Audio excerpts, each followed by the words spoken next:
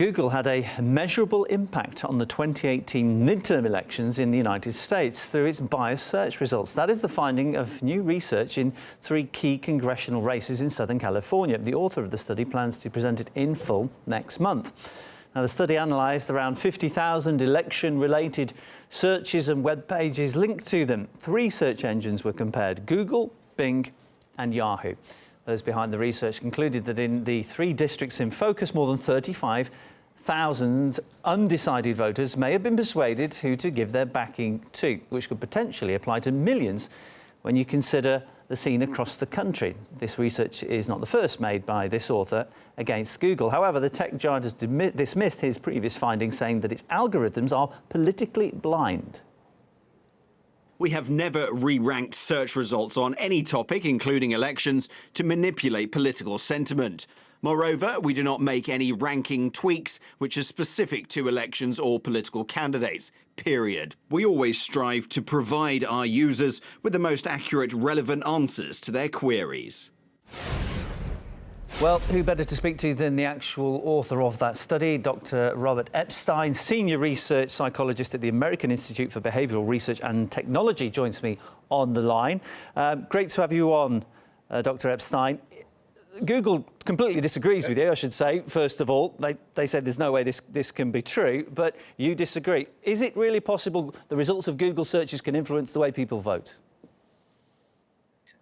Well, there's no question about that. I've been doing randomized controlled studies for more than 6 years, measuring quite precisely the impact that they can have on people's thinking and behavior and purchases and elections. But this monitoring project that I conducted, this shows beyond any question that there was significant liberal bias in Google search results, but not in search results from Bing and Yahoo. Unfortunately, about 90% of search is conducted on Google, not Bing and Yahoo. So Google really is the deciding factor in close races. In fact, we calculate that upwards of 25% of the national elections in the world are being decided without people's knowledge by Google's search algorithm. Can you give an example of how somebody might be influenced? So you go on the internet, you go on Google. What kind of things were people searching for? News stories?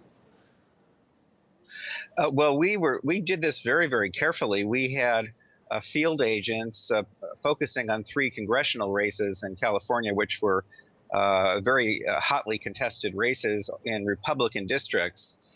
And we gave to these field agents about 500 election-related search terms. Each one had different search terms for different districts, where there are different issues, of course. And the point is, we simply looked at what kind of search results they received when they were conducting election-related searches, and we found very consistently that on Google they ended up with search results favoring liberals and favoring liberal news sources, and it was quite a dramatic effect.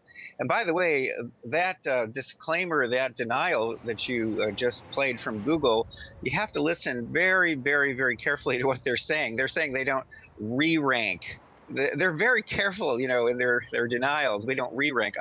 I've never claimed they re-rank anything. I'm just reporting on what they actually show people, and what they show people is dramatically biased enough in our 2018 elections to have shifted upwards of 78.2 million votes spread across different races in the U.S. in 2018.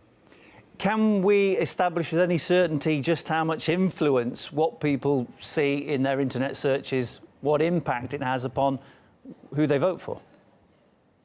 Well, yes, that's what the scientific research has been all about. And we know that among people who are undecided on an issue, if we show them search results that favor one cause or favor one candidate, like Brexit, for example, among people who are undecided, that easily can shift 20% or more of them in the direction of the bias, upwards of up to 80% shifts in some demographic groups. People trust algorithmic output. They trust Google. They think it's because it's generated by a computer, they don't see the human hand. They think it's impartial and objective, and then their opinions change. So we've measured that quite precisely now in 5 national elections in multiple countries.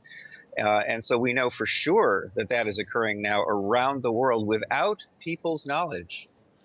OK, we'll have to wrap things up there, unfortunately. Great to speak to you, though. The author of that study, Dr. Robert Epstein, is my guest, Senior Research Psychologist at the American Institute for Behavioural Research and Technology. Thank you.